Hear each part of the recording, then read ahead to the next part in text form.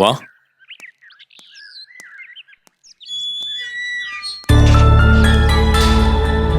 ആ അരവിന്ദനോ? വാ വാ. കണ്ടോ, ഇപ്പൊ തനിക്ക് മനസ്സിലായല്ലോ ആളും വീടും ഒന്നും മാറിയിട്ടില്ലെന്ന്. വാടോ.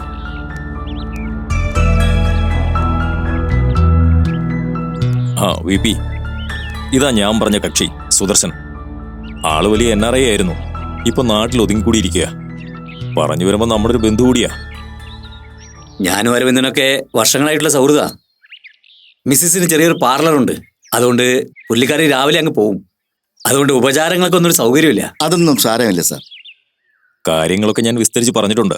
സുദർശന് വീടും സ്ഥലവും ഇഷ്ടമായാൽ ബാക്കി കാര്യങ്ങളൊക്കെ നമുക്ക് വഴിയെ സംസാരിക്കാമല്ലോ. വി പിക്ക് ഇങ്ങനൊരു വീട് കൊടുക്കാനുണ്ടെന്ന് അറിഞ്ഞപ്പോൾ തന്നെ സുദർശന് നിർബന്ധം ഉടനെ ഒന്ന് കാണണമെന്ന്. അതാ കൈയോടെ ഇങ്ങ് കൂട്ടിപ്പോകുന്നത്. ഇന്ന് വി പിക്ക് ഈവനിങ് സെഷനേ ഉള്ളൂ എന്ന് എനിക്കറിയാമായിരുന്നു. അതുകൊണ്ട് ആള് വീട്ടിൽ തന്നെ കാണുമെന്ന് ഊഹിച്ചു. അതാ ഒന്ന് വിളിക്കാൻ പോലും നിൽക്കാതെ ഞാനിങ്ങ് പോകുന്നത്. എന്താ വി പിക്ക് ഒരു വയ്യായിക പോലെ? ഒന്നുമില്ല, ഞാനൊരു തലവേദനയായിട്ട് കിടക്കായിരുന്നു. അയ്യോ, ഞങ്ങൾ ബുദ്ധിമുട്ടിക്കുന്നില്ല. വന്ന സ്ഥിതിക്ക് വീടും പരിസരവും ഒന്ന് കണ്ടിട്ട് പോകാമെന്ന് കരുതി. അതിന് സാറിന് വിരോധമൊന്നുമില്ലല്ലോ. ആ സുദർശന, ഒക്കെ വിസ്തരിച്ച് കണ്ടോണം. പിന്നെ അത് കണ്ടില്ലല്ലോ ഇത് കണ്ടില്ലല്ലോ എന്ന് പറഞ്ഞ് എന്നെ ഇടങ്ങേറാക്കാൻ വരരുത്. ആ വി പി, വീടിനെയും പ്രോപ്പർട്ടിയെയും കുറിച്ച് വിസ്തരിച്ചൊന്ന് പറഞ്ഞു കൊടുത്താട്ടെ. എല്ലാം കൂടെ എത്ര സെന്റ് ഉണ്ട്? മൊത്തം 14.5 സെന്റാ. പക്ഷെ പ്രമാണത്തിൽ 14 കാണൂ. അതെ സുദർശന, വി പി ഇത് വിൽക്കാൻ വെച്ച വീടല്ല. പിന്നെ എന്തോ ഇപ്പൊ അങ്ങനെ ഒരു തീരുമാനം എടുത്തതേ ഉള്ളൂ, അല്ലേ വി പി?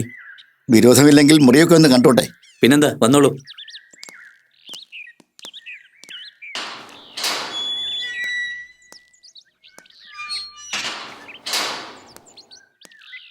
തുറന്നു പറയുന്നത് കൊണ്ട് സാറിന് ഒന്നും തോന്നരുത്. ഞാൻ ഉദ്ദേശിച്ചാലും പഴക്കമുണ്ട് വീടിന്. എങ്കിലും വീടും സ്ഥലവും എനിക്കിഷ്ടപ്പെട്ടു. ഇനി സാർ എത്രയാ ഉദ്ദേശിക്കുന്നെന്ന് വെച്ചാൽ അത് പറഞ്ഞോളൂ. അതിപ്പോ ഞാനങ്ങനെ മനസ്സിലൊന്നും കണ്ടിട്ടില്ല. എന്തായാലും ഞാൻ അരവിന്ദനായിട്ടൊന്ന് ആലോചിച്ചിട്ട് സുദർശനെ അറിയിക്കാം. അതുപോലെ? ഓ, ധാരാളം. രണ്ടുപേരുടെ അഭിപ്രായം ഒത്തുവരികയാണെങ്കിൽ നമുക്ക് അടുത്ത മാസം ആദ്യം തന്നെ പ്രമാണമാക്കാം. എന്നുവെച്ചാ അഡ്വാൻസ് പരിപാടിയൊന്നും ഇല്ല കേട്ടോ. ഫുൾ സെറ്റിൽമെന്റാ സുദർശന് താല്പര്യം. ശരി, ഞാനൊന്ന് ആലോചിക്കട്ടെ. എന്നിട്ട് എന്താന്ന് വെച്ചാൽ അരവിന്ദനോട് പറയാം. മതി. എന്നാ പിന്നെ ഞങ്ങൾ ഇറങ്ങിക്കോട്ടെ വി പി. വി പി ആലോചിച്ചിട്ട് വൈകിട്ട് ഇൻസ്റ്റിറ്റ്യൂട്ടിൽ എത്തുമ്പോൾ ഒരു തീരുമാനം പറഞ്ഞാൽ മതി. ശരിയപ്പോ, എല്ലാം പറഞ്ഞ പോലെ. ഓ, എന്റെ മോനാ അപ്പു. എന്തൊക്കെയുണ്ടപ്പോ വിശേഷങ്ങൾ? ഒന്നുമില്ലെങ്കിൽ സുഖമായിരിക്കുന്നു. എന്നാ ശരി വി പി. സാറേ, അപ്പൊ ഇറങ്ങാണേ. ഓക്കെ.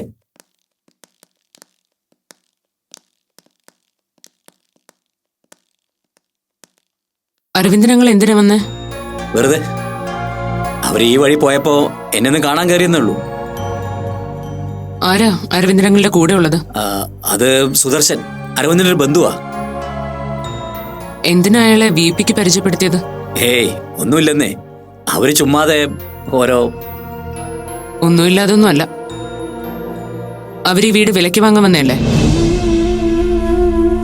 അല്ലപ്പോ, അങ്ങനെ വാങ്ങാനായിട്ട് വന്നതൊന്നുമല്ല.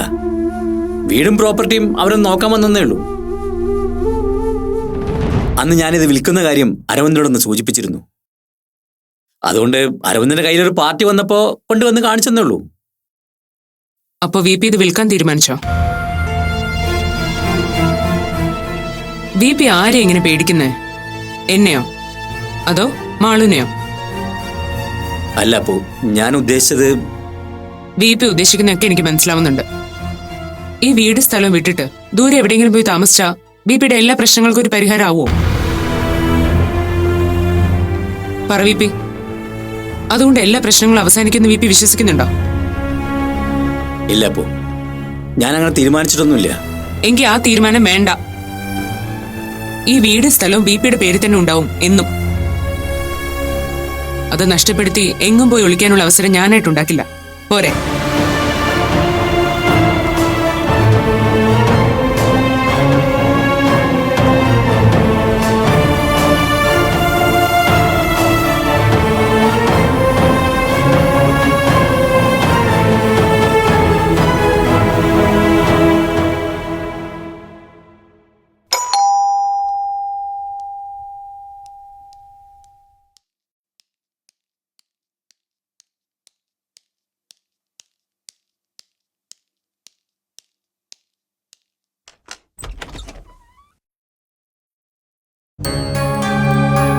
എന്താ അശ്വതി, എന്റെ ഈ വരവൊട്ടും പ്രതീക്ഷിച്ചില്ല അല്ലേ?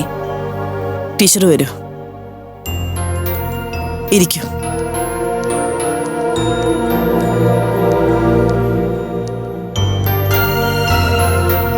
ഇതിനു മുൻപേ ഇങ്ങോട്ട് വരണമെന്ന് വിചാരിച്ചതാ. അപ്പോഴേക്കും പല പല പ്രശ്നങ്ങളായിരുന്നല്ലോ. അതിനിടയ്ക്ക് എനിക്കൊന്ന് വയ്യാതെയായി.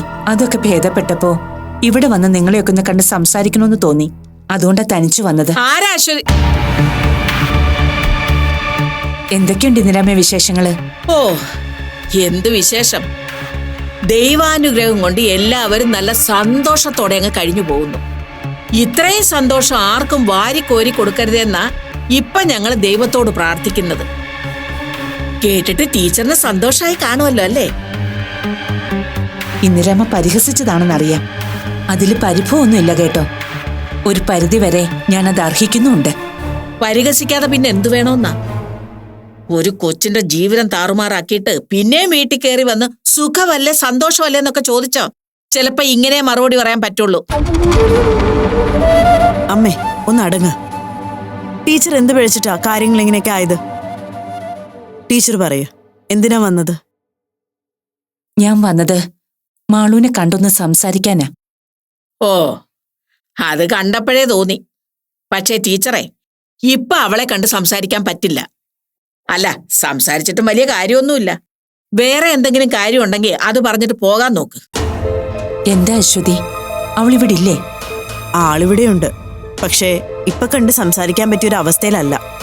എന്താ, അവൾക്ക് എന്തു പറ്റി? 2 ദിവസമായിട്ട് അവൾ ആരോടൊന്നും സംസാരിക്കാറില്ല.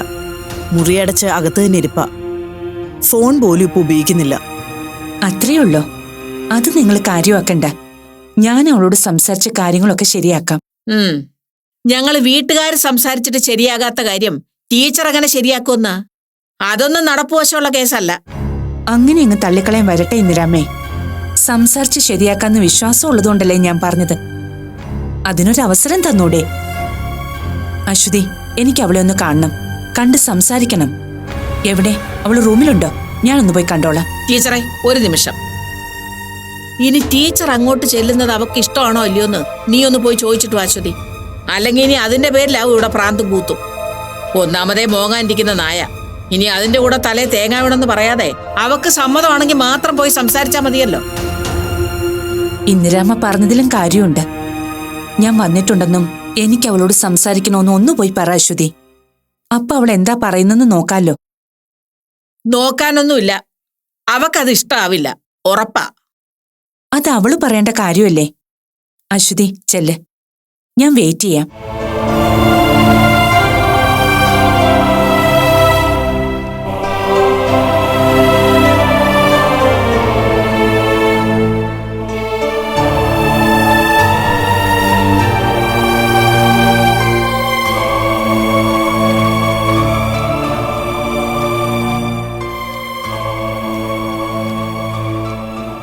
മാളു, എന്തെടുക്കാ നീ? കണ്ടില്ലേ വായിക്കുന്നത്?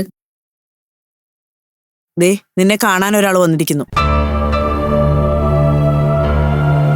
ഞാൻ പറഞ്ഞോ, നീ കേട്ടോ? നീ എന്താ കേക്കാത്ത പോലെ ഇരിക്കുന്നേ? എനിക്കാരും കാണണ്ട. വന്നിരിക്കുന്ന ആരാന്ന് വെച്ചിട്ടാ? ആരായാലും എനിക്ക് കാണണ്ടെന്ന് പറഞ്ഞില്ലേ? നിന്റെ ഈ വാശിയൊന്ന് മാറ്റുന്നുണ്ടോ? ദേ, വന്നിരിക്കുന്ന ഡേസി ആന്റിയാ നിന്നെ കാണാൻ. വന്നത് ആരാണെങ്കിലും എനിക്ക് കാണണ്ടെന്ന് പറഞ്ഞല്ലോ ഞാൻ. കഷ്ടമുണ്ട് മാളു, നീ ഇങ്ങനെയൊന്നും പറയരുത്. നിന്നെ കാണാൻ വേണ്ടി മാത്രമാ ടീച്ചർ ഇവിടെ വരെ വന്നത്. ടീച്ചർക്ക് എന്തോ പ്രധാനപ്പെട്ട കാര്യം നിന്നോട് പറയാനുണ്ടത്രേ.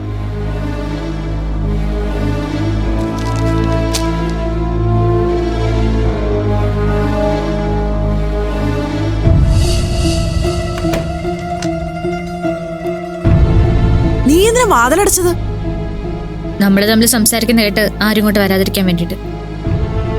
അമ്മേ, ഞാൻ ഇന്നലെ പറഞ്ഞതാ, ഇനി എനിക്ക് വേണ്ടി ആരും സങ്കടപ്പെടേണ്ടി വരില്ല എന്ന്. അത് ഞാൻ നിങ്ങക്ക് തന്ന വാക്കാ. പക്ഷെ അതിന് പകരം എനിക്ക് വേണ്ടത് എന്റേതായിട്ടുള്ള ഒരു ലോക. ആ ലോകത്ത് മറ്റാരുടെ സാന്നിധ്യം എനിക്ക് ആവശ്യമില്ല. മനസ്സിലാവുന്നുണ്ടോ? വന്നത് ഡേസി ആന്റി അല്ല, ഇനി ആരാണെന്ന് പറഞ്ഞാലും എനിക്ക് കാണാൻ താല്പര്യമില്ല. എന്റെ അനുവാദം ഇല്ലാതെ ആരെയും നിർബന്ധിച്ച് ഇങ്ങോട്ട് കൊണ്ടുവരാൻ വേണ്ട. ഞാൻ പറഞ്ഞല്ലോ, നിങ്ങളുടെ ലോകത്ത് ഞാനൊരു പ്രശ്നക്കാരി അല്ലാത്തതുപോലെ എന്റെ ലോകത്ത് ആവശ്യമില്ലാത്ത പ്രശ്നങ്ങൾ ഉണ്ടാക്കാൻ ആരും കടന്നു വരരുത്. അമ്മയും അച്ഛനും മുത്തശ്ശിയും ആരും. ഞാനിപ്പോ ഒറ്റയ്ക്ക. ഇനി അങ്ങോട്ടും അങ്ങനെ തന്നെയാവും. അതിനിടയിൽ ഒത്തുതീർപ്പ് ഉപദേശമായിട്ട് ആരും വരുന്ന എനിക്കിഷ്ടമല്ല. പറഞ്ഞത് അമ്മയ്ക്ക് മനസ്സിലായോ? മാളു, നീ എന്തിനിങ്ങനെ വാശി പിടിക്കുന്നത്? ഇത് വാശിയല്ലമ്മേ. എല്ലാവരിൽ നിന്നും എല്ലാത്തിൽ നിന്നും പുറത്താക്കപ്പെട്ടവളാ ഞാൻ. അതുകൊണ്ട് തന്നെ എനിക്കിപ്പോ ജീവിക്കാൻ എന്റേതായ ഒരു ലോകം വേണം. ഞാൻ തനിച്ചുള്ളൊരു ലോകം. ഞാനിപ്പോ അതിന്റെ പണിപ്പുരയില്ല. അതുമായിട്ട് അഡ്ജസ്റ്റ് ചെയ്ത് പോകാൻ ശീലിച്ചുകൊണ്ടിരിക്കുക. അതിനിടയിൽ പഴയകാല ബന്ധവും സ്നേഹമൊക്കെ എനിക്കൊരു തടസ്സവും. നിങ്ങളെപ്പോലെ ആവശ്യത്തിന് മാത്രം മനുഷ്യനെ സ്നേഹിക്കാനും അത് കഴിയുമ്പോൾ തട്ടിമാറ്റാനും എനിക്കറിയില്ല. അതെന്റെ തെറ്റോ കുറവായിരിക്കും. അതുകൊണ്ട് എന്റെ ഈ ചെറിയ ലോകത്ത് ഇനി ആരും വേണ്ടെന്ന് ഞാനങ്ങ് തീരുമാനിച്ചു. ഞാൻ പറയുന്ന അമ്മയ്ക്ക് മനസ്സിലാവുന്നുണ്ടോ? മാളു, ഞാനൊന്ന്... വേണ്ട, അമ്മ ഇനിയൊന്നും പറയണ്ട. ഡേസി ആന്റിയോട് എന്റെ സോറി പറഞ്ഞേക്കേ. ഇനി എന്നെ കാണാൻ ഇവിടെ വരരുതെന്ന്. അമ്മ പോയിക്കോ. പോകാനല്ലേ ഞാൻ പറഞ്ഞത്? അതോ ഞാനിവിടെ നിന്ന് ഇറങ്ങിപ്പോണോ?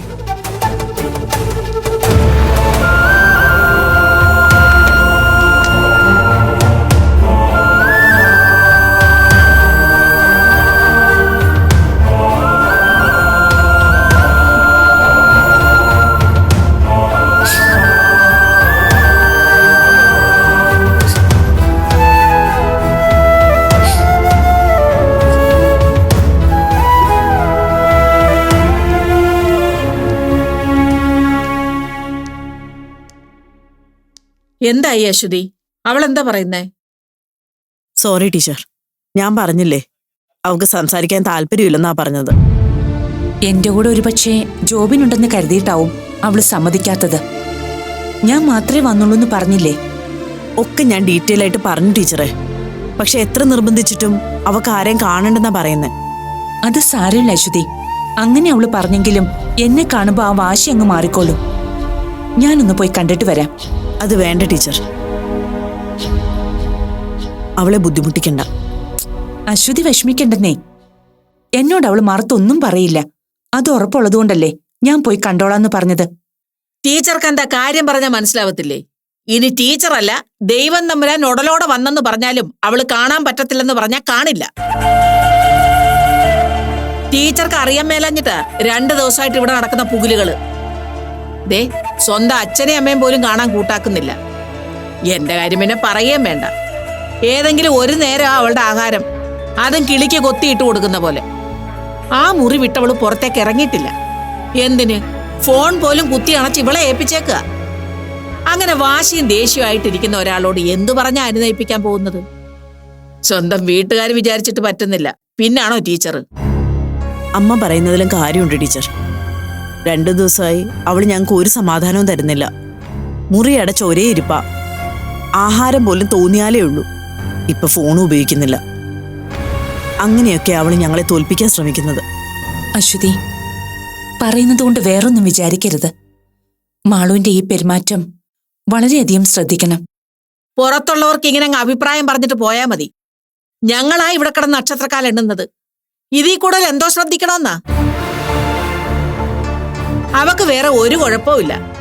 ആ പണിക്കാരുടെ കൊച്ചുമായിട്ട് കറങ്ങി നടക്കാൻ വിട്ടാ അവളുടെ ഈ പിണക്കവും വാശിയൊക്കെ അങ്ങ് മാറും. അത് വേണ്ടാന്ന് ഞങ്ങൾ അങ്ങ് തീരുമാനിച്ചു, അത്ര തന്നെ. അത് ബുദ്ധിമോശമാണ് അശ്വതി. അങ്ങനെ തടഞ്ഞു വെച്ചല്ല മാളുവിനെ കാര്യങ്ങൾ പറഞ്ഞ് ബോധ്യപ്പെടുത്താൻ ശ്രമിക്കേണ്ടത്. പിന്നെ എന്തോ വേണോന്നാ? അവളെ അവളുടെ ഇഷ്ടത്തിന് അങ്ങ് തുറന്നു വിടാനോ? ദേ ടീച്ചറെ, ഇവിടെ ആരും അവളെ പൂട്ടിയും തടഞ്ഞു ഒന്നും വെച്ചിട്ടില്ല. ആവശ്യമില്ലാത്ത കൂട്ടുകെട്ട് വേണ്ടെന്നേ പറഞ്ഞിട്ടുള്ളൂ. അതിനിങ്ങനെയൊക്കെയാണ് അവൾ പ്രതിഷേധിക്കാൻ നിൽക്കുന്നതെങ്കിൽ ഞങ്ങൾ എന്ത് ചെയ്യാനാ? ഇന്ദിരാമേ, ഇതിൽ 2 കൂട്ടരുടെയും ഭാഗവും എനിക്ക് മനസ്സിലാകും. പക്ഷെ മാളുവിന്റെ കാര്യത്തിൽ നിങ്ങൾ ഇത്ര ഉദാസീനരാകരുത്. മാളുവുമായി എത്രയും പെട്ടെന്നൊന്ന് തുറന്ന് സംസാരിക്കേ. എന്താ അവളുടെ പ്രശ്നമെന്ന് ആദ്യം അറിയണം. അതൊക്കെ കഴിഞ്ഞതാ ടീച്ചറെ. ഞാനും മുരളിയേട്ടനും അവളോട് സംസാരിക്കാൻ എത്രയോ പ്രാവശ്യം ശ്രമിച്ചതാ. പക്ഷേ അപ്പോഴൊക്കെ അവളുടെ നിലപാടിതാ.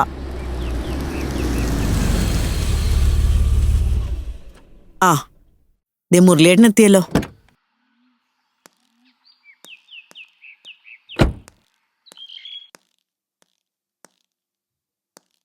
ടീച്ചറെ പോന്നു? കുറച്ചു നേരമായി. വിശേഷം എന്തെങ്കിലും ഉണ്ടോ? ഏയ്, ഒന്നുമില്ല മുരളി. ഞാൻ മാളൂനെ ഒന്ന് കാണാൻ വേണ്ടി വന്നതാ. എന്നിട്ട് അവളെ കണ്ടോ ടീച്ചർ? ഇല്ല, കാണാൻ താല്പര്യമില്ലെന്ന് അശ്വതിയോട് പറഞ്ഞു. കാര്യങ്ങളൊക്കെ ടീച്ചർ അറിഞ്ഞു കാണുമല്ലോ. ഇപ്പൊ ഞങ്ങളോടുള്ള വാശി തീർക്കുന്നത് ഇങ്ങനെയൊക്കെയാ. മുരളി, ഇത് അവളുടെ ഒരു വാശി തീർക്കലാണെന്ന് കരുതരുത്. ആരെയും ഇഷ്ടമില്ലാഞ്ഞിട്ടല്ല അവൾ വിസമ്മതിക്കുന്നത്. മാളു മാനസികമായി വളരെ ഡിപ്രസ്ഡ് ആണ്. അതിനുടനെ തക്കതായ എന്തെങ്കിലും ഒരു പ്രതിവിധി, ഏതെങ്കിലും ഒരു ഡോക്ടറെ കണ്ടിട്ട് തന്നെ അത് ചെയ്യണം, ഉടനെ തന്നെ. ഇനിയിപ്പൊ അതിന്റെ ഒരു കുറവും കൂടിയേ ഉള്ളൂ. പറഞ്ഞു കൊച്ചിനെ ഇനി അങ്ങ് മനോരോഗിയാക്കിയ കാര്യങ്ങൾക്കൊക്കെ വേഗത്തിലൊരു തീരുമാനമാവുമല്ലോ. ടീച്ചറെ, അവളെ എന്ത് ചെയ്യണമെന്ന് ഞങ്ങൾക്കറിയാം. അതിന് പുറത്ത് നിന്ന് ആരുടെ ഉപദേശം വേണ്ട. മുരളി, ഞാൻ പറഞ്ഞത് സീരിയസ് ആയിട്ട് എടുക്കണം. ഇറങ്ങട്ടെ അശ്വതി? പാവം ടീച്ചർ. അവരോടൊരിക്കലും മാളു ഇങ്ങനെ റിയാക്ട് ചെയ്യുന്ന ടീച്ചർ വിചാരിച്ചു കാണില്ല. അവൾ അങ്ങനെ പെരുമാറിയെങ്കിലേ കണക്കായിപ്പോയി. മോന് കൊടുക്കാനുള്ളത് അമ്മയ്ക്ക് കിട്ടിയെന്ന് അങ്ങ് വിചാരിച്ചാ മതി. മാളു ഇങ്ങനെയൊക്കെ തുടങ്ങിയ നമ്മളിനി എന്ത് ചെയ്യും മുരളിയേട്ടാ? ആലോചിച്ചിട്ട് എനിക്ക് ഒരു സമാധാനവും കിട്ടുന്നില്ല. എന്ത് ചെയ്യാൻ? പിടിച്ചു കെട്ടി വല്ല സൈക്കാട്രിസ്റ്റിനെ എടുത്തും കൊണ്ടു. അല്ലാതെ ഇതിൽ കൂടുതൽ നമ്മൾ എന്താ ചെയ്യേണ്ട അശ്വതി? അശ്വതി, വല്ലവരും പറയുന്ന കേട്ടേ തുള്ളാൻ നിൽക്കരുതെന്ന് മുരളിയോട് പറഞ്ഞേക്കണം. കൊച്ചിന് ഒരു കുഴപ്പമില്ല. 2 ദിവസം കഴിയുമ്പോ ഇതൊക്കെ അങ്ങ് മാറിക്കോളും. നീ ഒന്ന് സമാധാനപ്പെടും.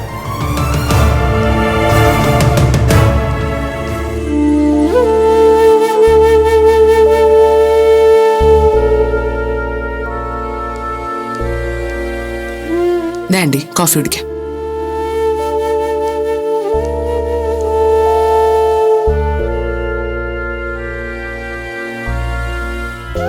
വിജയ് എന്താ ആലോചിക്കുന്നത്? മാളുവിന്റെ കാര്യം തന്നെയാ. എന്നാലും ഡേസി അവിടെ ചെന്നിട്ടും അവളൊന്ന് കാണാൻ പോലും കൂട്ടാക്കിയില്ലല്ലോ. എന്താ ഈ കുട്ടി ഇങ്ങനെ? മാളുവിനെ കാണാൻ പറ്റാത്തതിന്റെ സങ്കടം അവിടെ നിൽക്കട്ടെ വിജയ്. എന്നെ ഇപ്പൊ അലട്ടുന്നത് അവളുടെ അവസ്ഥയാ. അശ്വതിയും ഇന്ദിരാമയും ഒക്കെ പറയുന്നത് കേട്ടിട്ട് അവൾ വല്ലാത്തൊരു മെന്റൽ ഡിപ്രഷനിലാണെന്നാ ഞാൻ മനസ്സിലാക്കുന്നത്. അല്ലേ അപ്പു? നിനക്കെന്തു തോന്നുന്നു? ആന്റിയുടെ തോന്നല് 100% ശരി തന്നെയോ? അവളിപ്പോ അങ്ങനെ ഒരു അവസ്ഥയിൽ തന്നെയോ? ഞാനും ജോബിനും അവളെ ആദ്യമായിട്ട് കാണുന്നത് അങ്ങനൊരവസ്ഥയിലായിരുന്നു. അന്ന് ഇന്ദിരാമ ഏതോ മന്ത്രവാദിയൊക്കെ കൊണ്ടുവന്ന് പൂജയും ബഹളവും ഒക്കെയായി അവൾ ബോധം കെട്ട് വീഴുകയൊക്കെ ചെയ്തു. ആ അവസ്ഥയിൽ നിന്ന് കണ്ണു തുറന്നപ്പോ അവൾക്കരികിൽ ജോബിനുണ്ടായിരുന്നു. അവൻ അവളുടെ നല്ല കേൾവിക്കാരനായി, സുഹൃത്തായി. ഇവിടെ അങ്ങനൊരാളെ അവൾക്ക് നഷ്ടപ്പെട്ടിരിക്കുന്നു. അപ്പു പറഞ്ഞതുപോലെ അതാണ് അവളുടെ പ്രശ്നവും. ഇപ്പൊ അവൾക്ക് മറ്റെന്തിനേക്കാളും ആവശ്യം അവളെ കേൾക്കാനും മനസ്സിലാക്കാനും ഉള്ള ഒരു കമ്പാനിയൻഷിപ്പാണ്. അത് അപ്പുവിനല്ലാതെ മറ്റാർക്കും വേണ്ട ഡേസി. ആ കാര്യം ഇനി ഇവിടെ ഡിസ്കസ് ചെയ്യണ്ട. അപ്പുവിന്റെ കമ്പാനിയൻഷിപ്പ് മാളുവിന് ദോഷം ചെയ്യും.